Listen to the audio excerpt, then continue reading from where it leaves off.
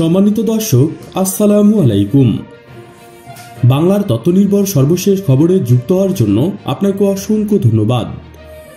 জানিয়ে দিচ্ছি আমাদের হাতে থাকা সর্বশেষ আপডেট। সীমান্তে আসল রূপে ফিরেছে বিজিবি, চলছে বিএসএফ অভিমুখে গুলি। ভারতকে এক বিন্দু ছাড় দিতে রাজি নয় বাংলাদেশ।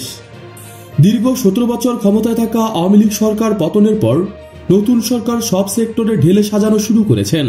প্রশাসন থেকে শুরু করে সমস্ত বাহিনীকে হচ্ছে ব্যাপক পরিবর্তন।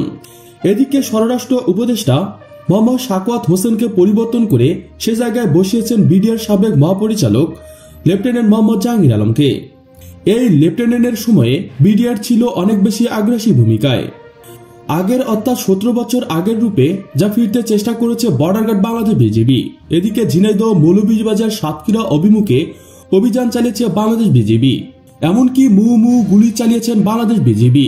গত 17 বছরে শুধু পতাকা বৈঠক আর লাশ ফেরত আনার কাজ করলেও হঠাৎ পরিবর্তনে চমকে গেছে ভারত সরকার।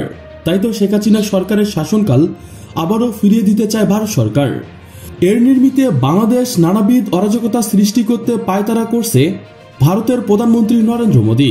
বাংলাদেশে সংখ্যালঘুদের বাসা এবং ধর্মীয় স্থানে অগ্নিকাণ্ড করে বহির্বিশ্বকে বোঝাতে যাচ্ছে বাংলাদেশ সংখ্যালঘু অনিরাপদ। এদিকে সাতক্ষীরায় ভারতীয় 3.5 কোটি টাকার চোরাচালান এলএসডি জব্দ করেছে বিজিবি। সাতক্ষীরার কালোয়ায় বাংলাদেশ ভারত সীমান্ত এলাকায় বিজিবির অভিযানে জব্দ হয়েছে 3 বোতল এলএসডি, লাইসার্জিল অ্যাসিড থাইমোডাইল মাদক। তবে বিজিবির উপস্থিতির টের পেয়ে মাদক চোরাকারীরা পালিয়ে যায়। এদিকে এর জবাবে ভারত সরকার বাংলাদেশকে হুমকি দিয়ে বলেছে সীমান্তে সেনা বৃদ্ধি অর্থাৎ বিএসএফ রেডি করছে ভারত। ভারত সরকারের মূল উদ্দেশ্য শেখ হাসিনাকে ক্ষমতা ফিরিয়ে দেওয়া।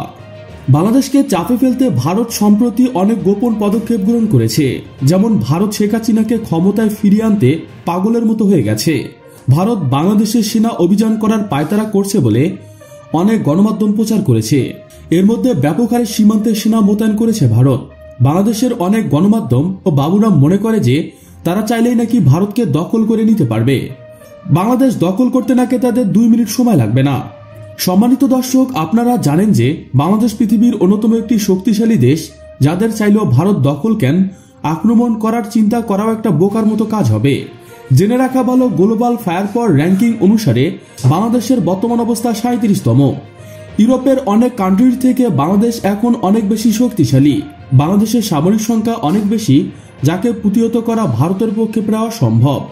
বাংলাদেশের প্রতিবেশী দেশগুলোর মধ্যে তালিকায় ভারত 4র্থ, পাকিস্তান 9ম, মিয়ানমার 35তম, শ্রীলঙ্কা 77তম ও নেপাল 128তম অবস্থানে রয়েছেন। গ্লোবাল ফায়ার পাওয়ার হালনাগাদ তথ্য অনুসারে বাংলাদেশ সেনাবাহিনীতে সক্রিয় সেনা সদস্য রয়েছে আনুমানিক 1,60,000। সেনাবাহিনীতে ট্যাঙ্কের সংখ্যা 320টি, সামরিক যান রয়েছে 13,100টি, সেলফ প্রোপেড আর্টিলারি রয়েছে 27টি। বাহিনীটির টর্নেডো আর্টিলারির সংখ্যা 437টি আর রকেট আর্টিলারি রয়েছে 71টি। অপরদিকে বাংলাদেশ নৌবাহিনীর সদস্য সংখ্যা আনুমানিক 25,100 জন।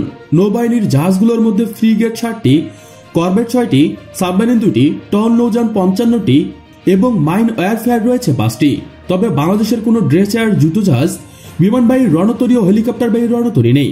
গ্লোবাল ফায়ার পাওয়ার বলেছে বাংলাদেশের বিমান বাহিনীতে আনুমানিক 17,400 জন বিমান সেনা রয়েছেন।